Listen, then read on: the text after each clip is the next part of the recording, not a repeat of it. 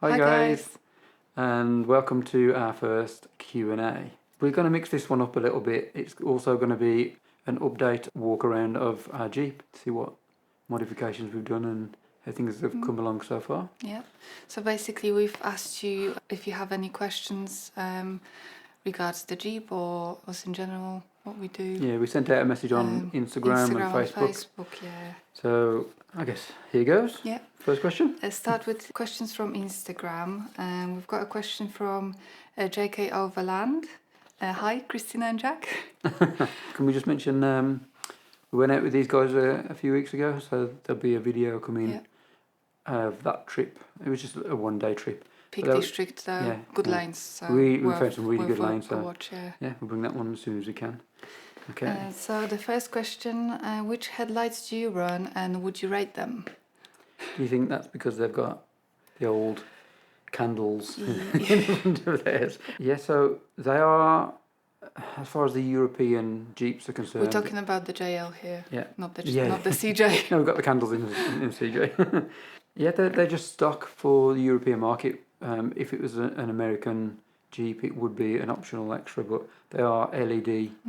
Very bright. Very bright LED automatic lights. We get flashed a lot on the roads at night, don't we, by other drivers because they're so bright. So we rate them very good. Yeah, very highly. Okay, and the next question. A question from our good friend Simon Miss Kelly. So yeah, your tables are cool. When's the JK1 coming? So that's a question we get a lot. So he's referring to the drop-down table on the tailgate, isn't he? Yeah. It's a question we get a lot from him. I say 50% of the questions we get are him repeating the same question. And I guess the answer is when we feel we've got time, really. We don't have a lot of time. We're very busy in our job and doing the videos. But rest assured we will get around to it and we'll have a new batch of the JL ones and a batch of the JK ones. So maybe spring. So we didn't answer the question. Springtime? Springtime. Maybe. You know what? It depends on all the lockdowns. Depends on the lockdowns. If we're on lockdown for a while, then maybe they'll be coming sooner than that. Next question from Hella Yella Rubicon Adventures. Oh, that's Matt. Matt, yeah. Show me your rear storage solution. Okay, so I guess that was it was already in the video. We'll insert. Hopefully. Well, we'll insert it now, shall we? So here you go, Matt. Here's the rear storage as it is at the moment. I mean, while we're here, we'll go straight into the back. We've built a, don't know what to call it really, adventure box, travel storage solution, boot build, kitchen. So we originally we had the ARB fridge slide, which is great, but when you're actually off-roading, the pressure side to side and so on, eventually the metal does bend a little bit and you get this rattling, knocking kind of noise, and that just gets worse and worse. And we have eventually replaced it with the same kind of fridge slides that everybody goes for really, and they are really solid. The 47 litre ARB fridge, which is not hardwired in there at the moment, it's just in the 12 volt outlet. ARB do a separate little outlet and you can hardwire that in, and much firmer fitting. The fitting goes in and it screws on and you've got a more permanent plug for your fridge, which then allows you to be able to use your 12 volts for other stuff, which is useful for us because we're always charging camera gear and so on. We made sure we had a previous build and we had this little space which we found useful. We did a temporary one which was kind of like this, and then we just put the fridge on top. It was useful for just putting our cutlery set. We have a little table, a small table, beer table. This area is where we put a 20 litre water bottle, like a jerry can style bottle, and we just bungee that in. At the top, at the moment, we've been putting the stove and a larger table. Obviously, when we've got the trailer all done, those will live in the trailer. On this side, we literally just have plastic, really useful boxes. For those that are interested, they're actually the Christmas wrapping paper storage boxes. That's what they're sold as. And they're long, and it's just so useful. There's not much in there at the moment because we're not camping. We've done a temporary partition out of some foam core just to see if this is something we want to make out of wood or whatever we decide to make it out of. I think it works pretty well. Just gives us some partitions in that one anyway, and this one no partition, so we can have longer or larger stuff in there. This one at the moment it contains, well, normally would have all of our coffee gear, our jet boil, and then the rest of it is camera gear really, chargers, batteries, stuff like that. We are looking at adding something on this side. We're thinking about some way of charging batteries. On the top we have these rails. It's just really useful to have on top of here, and then we can move these D-rings around and put whatever we want on there. They're just on little, what they're called, T-nuts, and they slide in there. You can get all this stuff on eBay or Amazon. You can put them wherever you want, tie down anything you want on there. Nothing else has changed in the back. Fire extinguisher, first aid kit, Jeep Informant's torch, like a focusing torch, really powerful. Again, a Mexican blanket always in there. And one of the reasons why we want to free this up is so we can actually use the lights at the same time as the fridge plugged in. So we have LED lights surrounding the rear glass, which is a nice bit of illumination when you're cooking. We did go through this before last time. This is our rear tailgate table, bamboo chopping board, food grade stainless steel, aluminium backing just to help with the weight. We've added a little magnetic strip there just to throw my spoons, whatever you want to put up there. We made this ourselves out of necessity at the time. When we bought the JL, it was fairly early on and there wasn't many aftermarket parts. The Mopar tailgate table, as we've mentioned before, was not really what we wanted. We want somewhere where we can do food, and the Mopar table's got loads of slots and cup holders, and all the food would just fall down. There's nowhere. You'd have to have a separate chopping board, and so we ended up making this ourselves, and we made a bunch of them to make it cost-wise, make it viable. So when we built this, we built it to be modular as well. So these are bolted on separately, like this whole top section. It's got T-nuts underneath and bolts that go through, and it's very securely bolted on. We've done quite a lot of off-roading with this now, and it's absolutely solid. It probably does mean that all of this can come off. We can leave the fridge in if we want, and just the fridge, and create a whole load of room there. I mean, it does help us get it in and out as well. And we can just have the bottom section if we want, just a platform, or we can just remove the whole thing and return back to the original rear storage of the Jeep and have the seats up and stuff. So yeah, it's fairly DIY. It's serves a purpose though. Yeah, it's basic but functional. Yeah. I'd say I'm quite glad it took us 2 Jeeps to figure out what we need in the back. I think what I'd say is a good idea to take your time with figuring out your setup. Yeah. Because like we cook from the back of the Jeep a lot. Yeah. So at the moment we do. I mean, that might change when we start working out what we're doing with the trailer. We won't always have the trailer with us, so we'll always want something. Yeah, we'll always want the fridge in there, in the back always of the Jeep. want the fridge in the Jeep. So even if we're with the trailer, when we're out on the trails, we've got our lunch and our drinks. Yeah. But as far as cooking, maybe that'll swap and change a little bit. We'll see. Yeah. But those 3 drawers, they're not too big, so everything gets lost. But they're not too small, so you can fit some decent stuff in there. And what I like as well is the top. We get an actual shelf, an extra shelf. We didn't have that with the previous No, not really. There's, No, and you can't put anything on the fridge because when you want to get something out of the fridge, Yep. you have to take it all off. So okay, so hopefully that helps you out, Matt. yeah. Okay, so let's get on to the next question from Ruby Road Trips. What rooftop tent do you guys have? Well, we have a Tough Trek TT02, and that came with an annex room, which you've never seen on the videos as yet because we've never used it.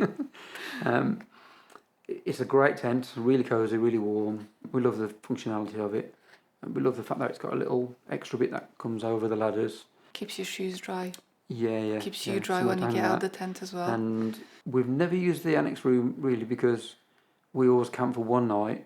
Well, even if we're camping for several nights, we pack it away in the morning and go off on the trails and then open it out and set it up again. And it's just one more thing to set up. But we're going to put that onto the trailer for the majority of the time, I think, when we're camping.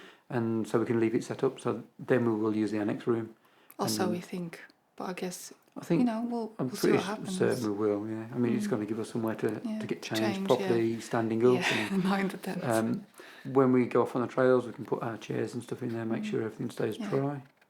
But we've had that tent for the last, was it 3 years? And I would definitely recommend it. It's a good tent. Never had any trouble with it. Quite a lot of camping. 2-week long road trips, setting up, breaking down every night of those trips. It's been faultless. I couldn't recommend them enough. Anything other than that would be down to choices about like different functionality. Like if we ever had another tent, it would be a hard shell, like just a hinged clamshell on top of the Jeep, just for speed and ease. Pop it up, pop it back down, get on your way. But if you want the full camping setup, then I couldn't recommend it more. Yeah. And if you think about having a trailer, it's the perfect tent. Yeah.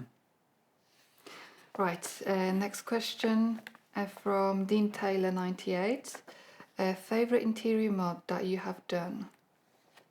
Interior mod. Interior. I have one. The CB is really useful. CB. How did you know? Yeah, the CB is really useful on the trails. It's probably our favourite. And I love the fact that our CB is hidden away, which you will see in this video. And you get all the controls on the handset. Yeah.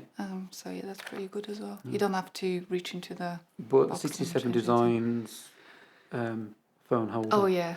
What do we say? CB? Favorite interior mod? Out of those two, it's hard.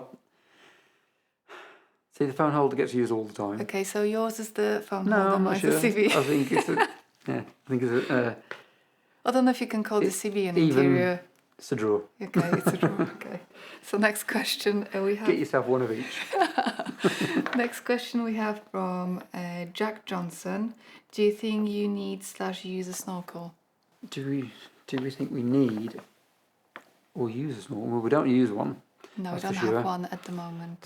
Do we need one? In the UK, probably not. We've got some friends that have got them. We go to the same places, do the same things. These are my thoughts. I like the look of it. And that's why I do like that new Rugged Ridge one for the JL. But we'd have to, the thing with that is we'd have to get rid of our lights. I don't like the car snorkel. mounted, yeah. Not that much. Yeah, not that much. Okay, so here's my real thoughts about snorkels. They're good for two things, and one of them is a little bit overlooked. Everybody thinks a snorkel is for water. It's not its only function. It's not even probably its main function. If you are going in water deep enough to need a snorkel, you've got other issues to worry about. You're going to get water coming in. Our friends Jack and Christina from JK Overland recently went through some very, very deep water over the bonnet, and he literally had water coming through the air vents all over him. What that would do to your electronics behind your dashboard, it could destroy them. A lot of people find they need new alternators after going through water that deep. So my feelings about that are, I'd rather not go through water that deep. I'd rather not need the snorkel for that. Yeah. The other function, the overlooked function, really is like a desert kind of environment where there's a lot of dust. Snorkels are great for that. We just don't have that in the UK. We just don't have a need for it. We've just a standard air box with an air filter is plenty for what our Jeep sees.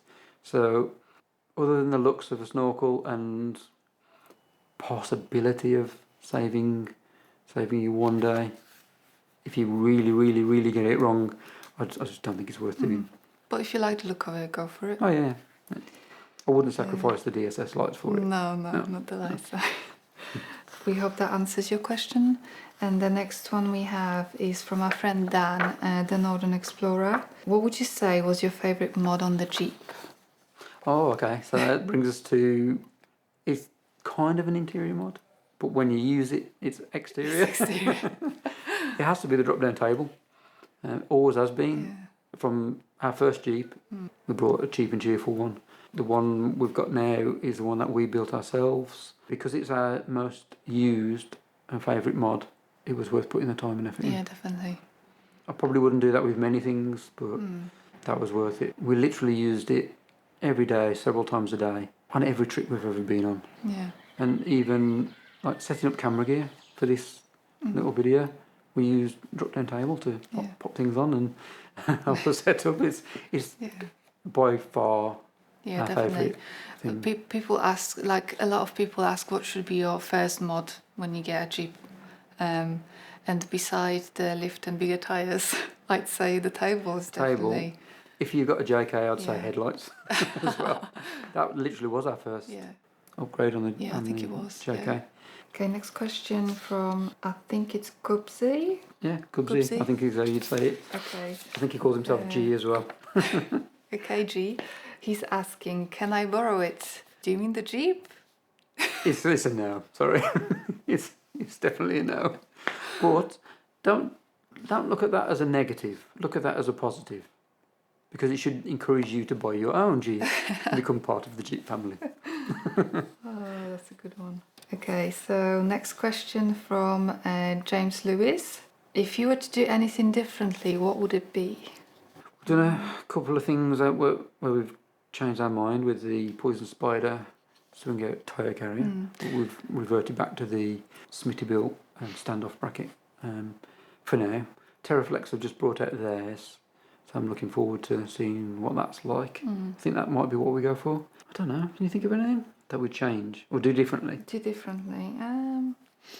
I mean, if we had loads of money, there'd be loads of modifications. Yeah, just more. But I think we've got it how we like it. Yeah. The rear suspension, because the Terraflex ST2 isn't really an overlanding kind of setup, so the spring rates are not the strongest. I mean, it's really designed for rock crawling, so we do get a little bit of sagging at the back. I've spoken to Terraflex. They don't do a stronger spring rate at the moment for the JL. They suggested some of their spacers, so I think we might try the spacers. We like how flexible everything is. I don't think it needs much. The biggest thing is maybe just like a 1-inch spacer.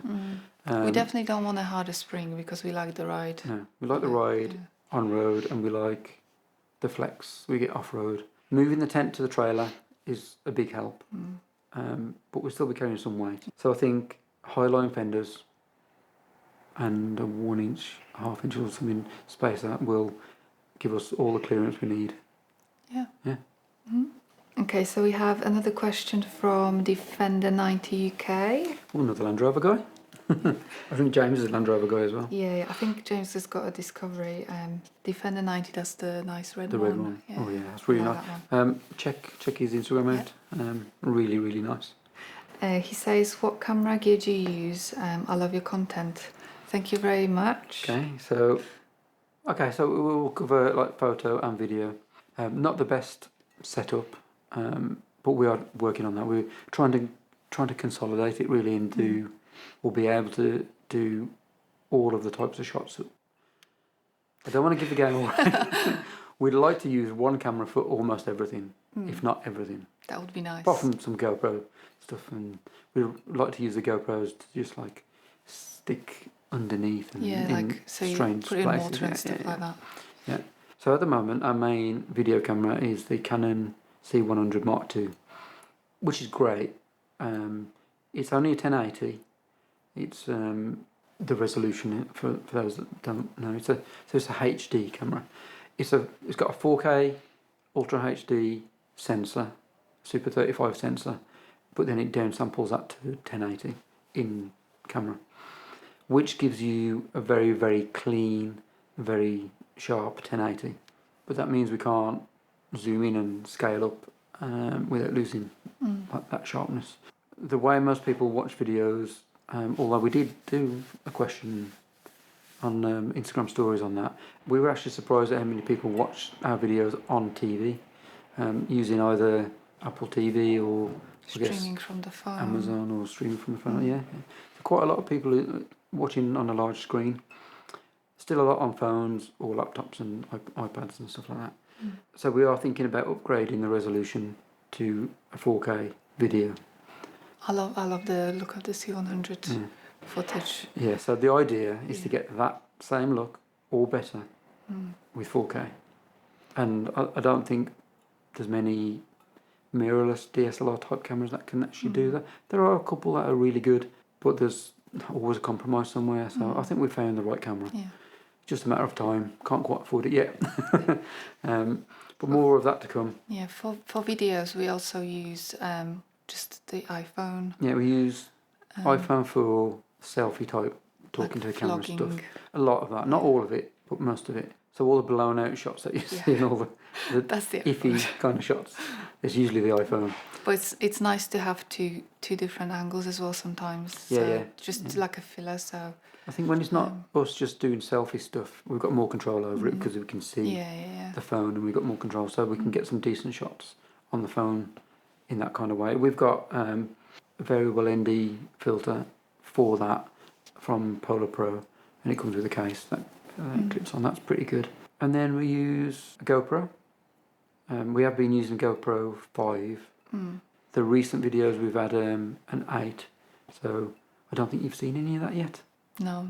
So we haven't really, none of that is out there yet. And a drone.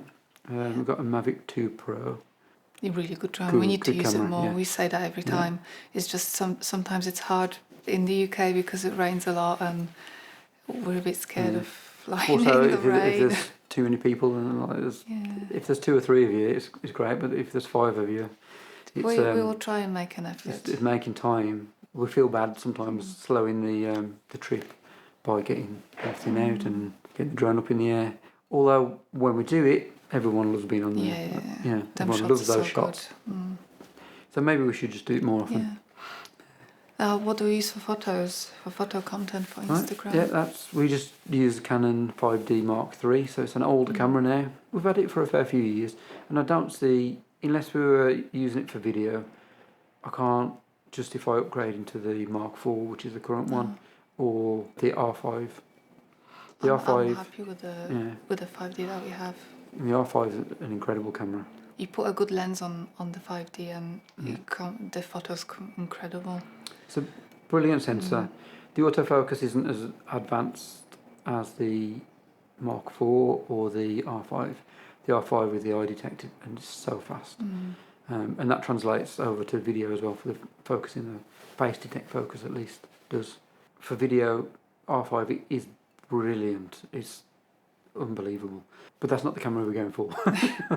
A couple of issues really. I mean, there are some overheating issues with it. I think mostly it's only if it's in warm weather, but I would hate to overheat and then have to wait for an hour or two for it to cool down enough to use again. Other than that, it's the file types it's recording. Apparently they're quite difficult to edit. We want a nice smooth workflow so we can get video out quickly. Quickly. It's our downfall is editing.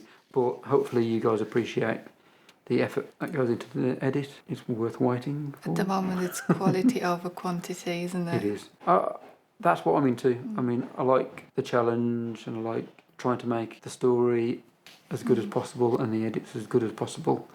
That's the creative side of it. If I was to rush videos and just knock them out 1 every week, 2 every week or something, I don't think I'd enjoy it as much, and that means I would stop doing videos. So you either get less and let us put the effort in, or you don't get any at all. But hopefully that covers, most of the camera gear. At the moment we're recording to an Atomos recorder, so we get 10-bit colour out of the C100, but... Stop geeking out, will you? Yeah. This video. Maybe there's another video there. Yeah, this video's gonna be so long. Okay, on to the next. Okay, on to the next. We've got a question from Slam Deluxe. That's Alex. That's a cheeky question. I think he knows the answer to that one. Yeah. Any fender rub? A winky face? Was there a winky Yeah, face there on was a any winky fender rub? face. Yes, Alex, you already know that we have rear fender rub for sure. Like I say, it's we don't have the high-line fenders in the UK. Well, we do need them. So, But, you know, if anyone wants to send us a set, that would be nice. Yeah. There's a lot of fender flares out there. I don't think there's any that we really like any more than the original Highlines. I've got to say I like the painted ones, the painted stock. Yeah, I do, but scratchy lanes. Yeah, scratchy lanes. I don't think they'd probably not survive. gonna- Yeah, it'd be nice to have painted Highlines, but they are expensive. We do need them. We need a solution. We'll get them eventually. We'll get there eventually, yeah. We'll get them. Yeah. Okay, on to the last question from Instagram from Republic Roamers. Lottery numbers of next week. Okay, shall we put them on screen? Yeah, We'll put them on screen here. on screen below. Right there. If we knew the answer to that one, you get a video every week.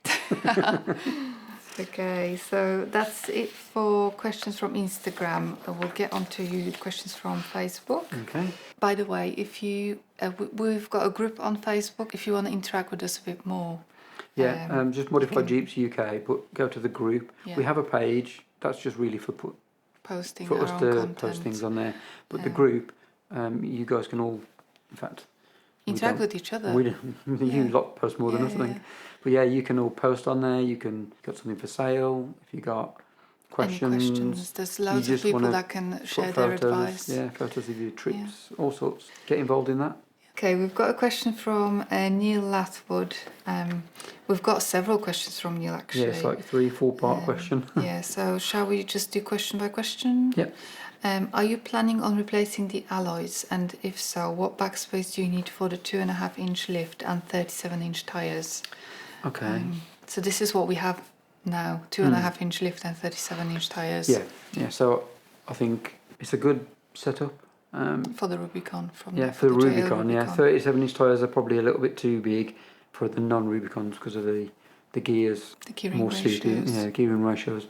We have an idea of what we'd like. Yeah, It's expensive.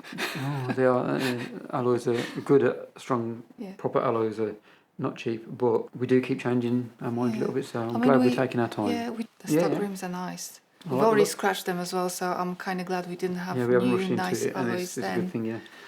But to answer the backspacing, I mean, recommended is about 4.75, but I think 4.5 or 4.75 backspacing is ideal. And most wheels that you see on Jeeps, like Method Racing and stuff like that, you get the bolt pattern and the correct opening in the centre for the hub for the JL.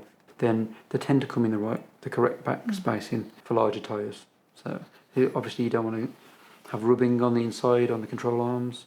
You don't want rubbing as you turn and your suspension is in full compression. But in general, 4.5, 4.75 is where you want to be looking at. And okay, next question. Any idea of what fenders you'll be going for? We've just answered that one. Just kind of answered that. And the last question, do you have any more rear tables for sale? I think we have two. We have two at this left, point I think, in time. Yeah, I think the we've got JL two. ones, not the JK Yeah, ones. we don't have the JK ones at the moment, but So get in touch if you want to get one. And then we have Steve Bayliss. What suspension and lift do you have with 37-inch tyres? okay, we'll cover that one, but I'll just recap. The suspension is TerraFlex ST2 with their shocks as well. That's And 2.5 inch. their lower front control arm to give the right caster angle and stuff. It comes as a kit, easy to fit. So Steve had several questions. The second one is, have you fitted a CB radio and where have you put it? Okay, yeah, well, you already know we have. And I think we're showing this in this video. Yeah. But just to recap, we're using a hideaway. I'm not sure what the model I think number it's is. M5, Midland M5 or something like Something that. like that. But we'll pop that below. And the antenna we have on the front, My only thing would be about the. I know it's not a question about the antenna, but get the whippy one. But no, Get the whippy one. whippy one, yeah, not the solid mount one. Yeah, not the solid you want one. If you For do green lining. get a spring mount for it, you definitely want something that's going to flex and move out the way the branches. Yeah, that's because we know. Yeah. Okay, next question. Do you have a compressor, etc.? Yes, we do. I guess by etc. you mean stuff that you need to air down your tyres. So yeah, we have ARB quick deflate. That screws on, unscrews the actual Schrader valve. You pull it back and So air comes out really fast. Tyre by tyre, because there's some that you can just put on the tyre. Yeah, we've got some of those as well. They work much slower. We haven't set them up yet. We haven't used them, but yeah, you can just once you set those style ones, you can just screw them onto all four and let them go down, and then just pop them off again. But yeah, we tend to use the quick deflator one. Compressor ARB is a single one, and it's the one that comes in the case. We got that really because we've got the CJ and the JL, and depending on which one we want to be in, we can pop the box into the. I like the idea of having the compressor mounted permanently in the JL. So maybe one day. I think we'll look at that in the future. Yeah. And maybe if we do that, we'll go for the dual ARB compressor. Quick one. Either that or maybe the single one and then like an air tank somewhere. But yeah, I mean, all in good time. Maybe like a remote outlet. Yeah. Okay, so last question from Steve. What do you have in the cockpit? CB. I think we've covered that in the first video. Most of it. I don't think anything's really changed in there, has it? The CB is actually plumbed in now, so that's probably the only works. change. That's the only change. Yeah. CB, the rail system to hold GoPro phones and iPad. iPad we run the Gaia and Wikiloc and things like that. And for that we need the GPS, so we have a Garmin GPS as well. Other than that, some soft handles which we don't really use as handles. No, just use for sunglasses. Sunglass holders. And I have a little bag on the grab handle, which is quite useful as well. Yeah. But that's it. We keep it quite simple in the front. So that's it. That's all the questions done. Okay. Let us know what you thought, and if you have any more questions, pop them below. Yeah, well, whenever we have enough questions, we'll do another Q&A. Yeah. Oh, let us know what you think. Yeah. Maybe you don't want us to. Yeah, maybe you don't. But be honest. Pop your comments down below, and we'll leave you with this updated walk around. It's not going to be too in depth, just covering the things we've done since the last one. And we'll see you in a moment. So we're just going to have a quick walk around to bring you guys up to date on the JL build so far. If you haven't seen the video that we did previously, I'll link that here and also a link down below. I will run through some of the previous things, but very quickly, and then just give you the updates, what we've added to date. One of the biggest and most obvious things is we did the bumpers. So shortly after the last video, we actually fitted the bumpers. Also, check those videos out here. We did an install video about those. So if you guys are interested in how that goes, the process, whether you want to install your own bumpers, maybe you don't want to after watching the video. It's a pretty simple process. So the bumpers we went for are the Rugged Ridge Stubby HD for the JL. They're a relatively new design. They're a little bit different to the previous one we had on the JK. The finish is a little bit smoother. For a steel bumper, they're fairly lightweight. Got some decent tow hooks. I really love the design. Then the winch plate is the one that we already had. Same winch as before, the Terra Firma £1,200. I will be looking to upgrade the hook at some point. We removed the little cube lights that we had for a little while, and we've gone for the Rigid Industries 360 in a driving pattern. I've only got one thing to say about these lights, and that's friggin' awesome. I can't tell you how good they are. They are so powerful, so well made, worth every penny. Saying that, you guys can get 15% discount if you use our discount code MJUK15. I'll leave a link below for that as well. So go check them out. They do these in the 6-inch, and they also do a 4-inch. Highly recommended. So we've still got the original wheels. We do have a spacer behind the wheels to bring them out to make room for 37-inch BF Goodrich KM3s, which are proving to be an amazing tyre. A good all-rounder, amazing off-road. Got quite a lot of wear and tear on these things now. Cuts and gashes, and they're just holding up really well. Never been stuck with them. Always done us good. I reckon at the moment they're pretty much the best all-round off-road mud terrain style tyre. Quickly running through some of the things that we did cover before. The DSS-Pro Flood light pattern, coal mounted lights on the rigid coal mount.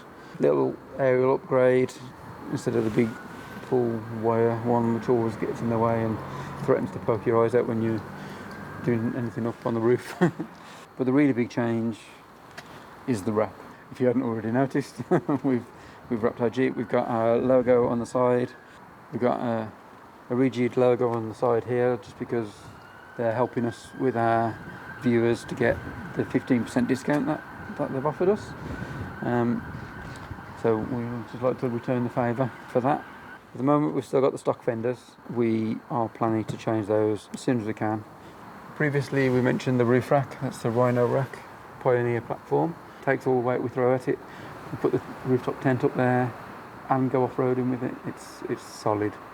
But obviously now you guys know that we've got the trailer. The rooftop tent is a new home. Or we'll have when we've done the trailer. So this winter our little project is the trailer, and we'll be mostly using the tent on the trailer, and then that allows us to use the roof rack as a roof rack. I think we mentioned on the previous video that we weren't happy with the Poison Spider swing out tyre carrier, so we're back to the original hinges and the little Smitty built standoff bracket, which also raises the tyre away from the bumper. But we've been waiting for the TerraFlex hinge system, which is just about to be released, or has just been released. I've seen one little 1-minute video on it just to say that it exists, I think. But yeah, it looks pretty good. There's a rugged ridge one as well. So we just have to decide which one of those two we prefer, and I think we'll upgrade that soon. So on the rear we have the matching bumper to the front bumper. It is what it is. It's pretty simple. Large, really solid, welded straight through recovery points. They do actually have, I don't think I mentioned it up front, they do actually have a high lift jack point as well built in, which is useful. We've got the reverse sensors in the rear. Show you the bumper's not very clean at the moment. The bumper's got a really large cutaway for whatever size tyre you want to run, really. I mean, we've run a 37 and there's so much space. I'm pretty sure this will clear a 40. We've added a tow hitch obviously for the trailer and the electrics for that. Still got the same number plate holder, but we have put like an L-shaped bracket on the back of that now, so it's much sturdier.